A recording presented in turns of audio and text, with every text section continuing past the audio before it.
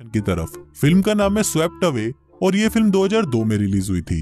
Movie की शुरुआत में हम अंबर नाम की एक औरत को देखते हैं जो कि बहुत ज्यादा घमंडी होती है। अंबर को अपने हस्बैंड की दौलत पर बहुत घमंड था। उसे इतना घमंड था कि वो अपने सामने वाले इंसान को कुछ भी नहीं समझती थी। एक दिन अंबर अपने हस्बैंड और 2 कपल्स के साथ अपने प्राइवेट प्लेन पर बैठकर क्रूज ट्रिप पर जाने के लिए रवाना हो जाती है। ये क्रूज इटली से ग्रीक तक जाने वाली थी। वहां पहुंचकर क्रूज शिप का कैप्टन, बावर्ची और एक नौकर उनका वेलकम करते हैं, पर अंबर तो अपने ही घमंड में थी, इसलिए वो उन पर बिल्कुल भी ध्यान नहीं देती। शिप पर उनके साथ एक छोटा छतरी नाम का नौकर भी होता है जो अंबर को उसका कमरा दिखाता है। फिर अंबर उससे पूछती है कि शिप में जिम नहीं है क्या, तो इस पर छोटा छतरी उसे एक साइकिल ला कर देता है। वो बोलता है कि आप इस पर पैडल मारना और आपकी एक्सरसाइज हो जाएगी। अब इस बात से अंबर बहुत ज्यादा गुस्सा हो जाती है और वो छोटा छतरी को डांटने लगती है। अब बेचारा छोटा छतरी और क्या ही कर सकता था, उसे इस काम के पैसे मिल रहे थे, इसलिए वो चुपचाप उसकी डांट सह लेता है। पर छोटा छतरी के दिल में अंबर के खिलाफ बदले की आग उठ रही थी और वो बस अंबर से बदला लेने के बारे में ही सोच रहा था। अगली सुबह अंबर अपने हस्बैंड एंटोनियो के साथ ब्रेकफास्ट कर रही होती है, पर तभी वो छोटा छतरी को अपने पास बुलाती है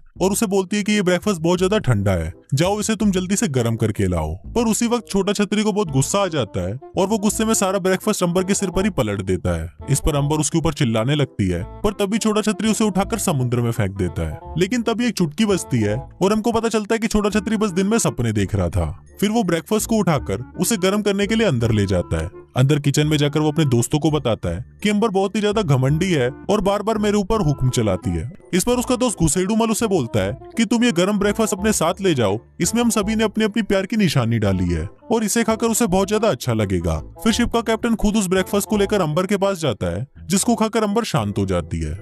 एक रात छोटा छतरी मछली पकड़कर किचन की तरफ जा रहा होता है, तभी वहाँ पर अंबर आ जाती है और उस पर डोरे डालने की कोशिश करती है, इसलिए वो अंबर को इग्नोर करके वहाँ से चला जाता है। अगली सुबह अंबर के पिछवाड़े में चुल मचती है और उसे फिशिंग करने का मन करने लगता है। अंबर छोटा छतरी को बोलती है कि उसके लिए एक छोटी बोट का अरेंज करो, पर इस पर छोटा छतरी उसे समझाने की कोशिश करता है कि मौसम का कोई भरोसा नहीं है और कभी भी यहाँ पर तूफान आ सकता है। पर अंबर के पिछवाड़े में सुअर का खड़ा बाल था और उसने ठान लिया था कि वो फिशिंग करके ही रहेगी। अब छोटा छतरी भी बेबस होकर उसकी बात मान लेता है और उसे अपने साथ एक बोट में बिठाकर फिशिंग करने के लिए समुद्र में ले जाता है। थोड़ी ही दूर जाने के बाद उनकी बोट अचानक बंद हो जाती है। फिर जब छोटा छतरी बोट को चेक करता है तो उसे पता चलता है कि बोट में तेल खत्म हो चुका है। अब अंबर इस बात के लिए उस पर फिर से चिल्लाने लग जाती है, पर अब छोटा छतरी को भी गुस्सा आ जाता है और वो अंबर को बोलता है कि इसमें मेरी क्या गलती है, मैंने तो तुम्हें पहले ही मना किया था। अब उन दोनों के पास कोई और ऑप्शन नहीं था, इसलिए वो दोनों बोट में बैठकर क्रूज शिप के आने का वेट करने लगते हैं। उन दोनों को वेट करते हुए 2 दिन बीत जाते हैं, पर वहाँ पर कोई नहीं आता। अंबर परेशान होकर मदद के लिए जोर जोर से चिल्लाने लगती है, पर उसकी मदद करने वाला भी वहाँ पर कोई नहीं होता। तभी अंबर की नजर बोट पर रखी हुई एक बंदूक पर पड़ती है। अंबर को लगता है कि वो एक फ्लेयर गन है। फिर अंबर उसको जैसे ही चलाने वाली होती है, पर तभी छोटा छतरी उसे रोक देता है और उसे बोलता है कि ये वो नहीं है जो तुम इसे समझ रही हो। पर अंबर उसकी बात नहीं सुनती और वो दोनों उस बंदूक के लिए लड़ने लग जाते हैं।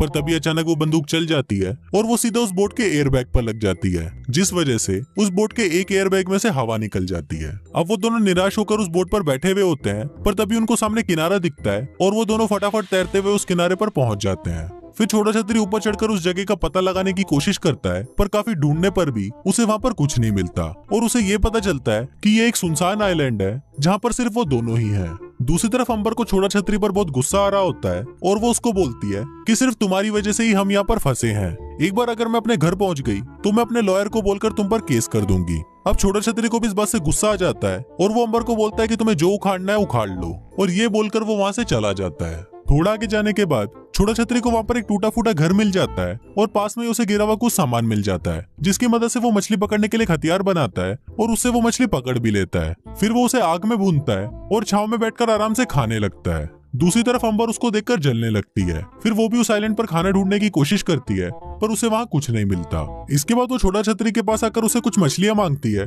पर छोटा छतरी उसे मना कर देता है। फिर अंबर उसको बोलती है कि तुम मेरे लिए मछलियाँ पकड़ कर ले आओ और इसके बदले तुम्हें जितने भी पैसे चाहिए वो सब मैं तुम्हें दे दूंगी। पर इस पर छोटा छतरी उसे मना कर देता है और बोलता है कि मैं तुम्हारा कोई नौकर नहीं हूँ। वो बोलता है कि अगर तुम्हें खाना चाहिए तो तुम्हें मेरी नौकरानी बनना पड़ेगा और दिन रात मेरी सेवा करनी पड़ेगी।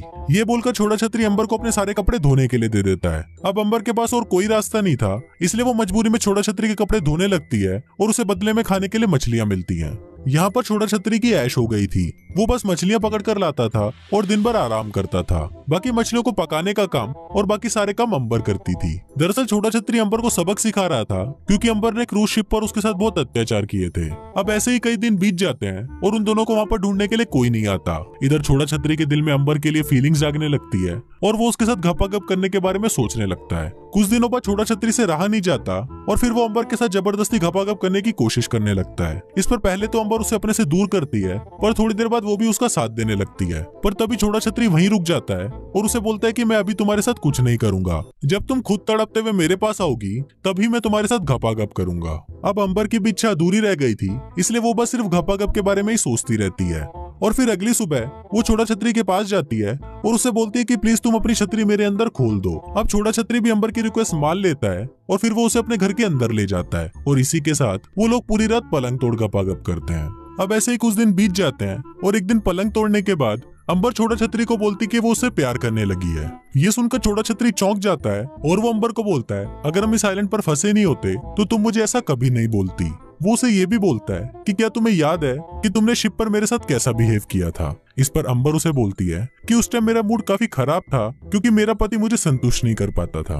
पर जब मैंने तुम्हारे साथ पलंग तोड़ा है तो मुझे एहसास हुआ है कि छोटा छतरी की छतरी में मेरे पति से ज्यादा दम है। ये सुनते ही छोटा छतरी लपक कर अंबर पर टूट पड़ता है और फिर वो दोनों फिर से पलंग तोड़ते हैं। अब ऐसे ही कुछ और दिन बीत जाते हैं और वो दोनों बस दिन रात पलंग तोड़ने के अलावा कोई दूसरा काम नहीं करते। अब दोनों ही अपनी लाइफ में बहुत ज्यादा खुश थे, पर एक दिन अंबर को समुद्र में एक नाव दिखाई देती है। उसे देखकर अंबर छोटा छतरी को बोलती है कि हमें कहीं छुप जाना चाहिए, पर छोटा छतरी उसे मना कर देता है। इस पर अंबर उसे बोलती है कि मैं तुम्हारे साथ यहीं पर ही खुश हूँ और मैं कहीं भी जाना नहीं चाहती। फिर छोटा छतरी उसे समझाते हुए बोलता है कि मैं भी तुमसे बहुत प्यार करता हूँ, पर हम सारी जिंदगी सुनसान आइलैंड पर नहीं रह सकते। एक बार हम यहाँ से बाहर निकल गए तो हम साथ में कहीं भाग जाएंगे। अब अंबर भी छोटा छतरी की बात मान लेती है और फिर वो दोनों उस बोट पे बैठकर अपने क्रूज शिप पर वापस आ जाते हैं। वापस पहुंचकर अंबर का हस्बैंड छोटा छतरी को उसकी वाइफ की देखभाल करने के लिए थैंक यू बोलता है, पर उसे ये पता नहीं था कि पिछले कुछ दिनों में छोटा छतरी ने अपनी छतरी उसकी वाइफ में कितनी बार खोली है। फिर छोटा छतरी निराश होकर वहां से चला जाता है और अंबर भी अपने हस्बैंड के साथ वापस होटल आ जाती है। अंबर वहां पर बस छोटा छतरी को याद कर रही होती है और दूसरी तरफ छोटा छतरी अंबर के लिए एक रिंग खरीदता है। फिर वो होटल के रिसेप्शन पर आकर अंबर को फोन करता है और अंबर उसे बोलती है कि तुम बस मुझे ये बता दो कि कब चलना है, मैं तुम्हारे साथ चलने के लिए तैयार हूँ।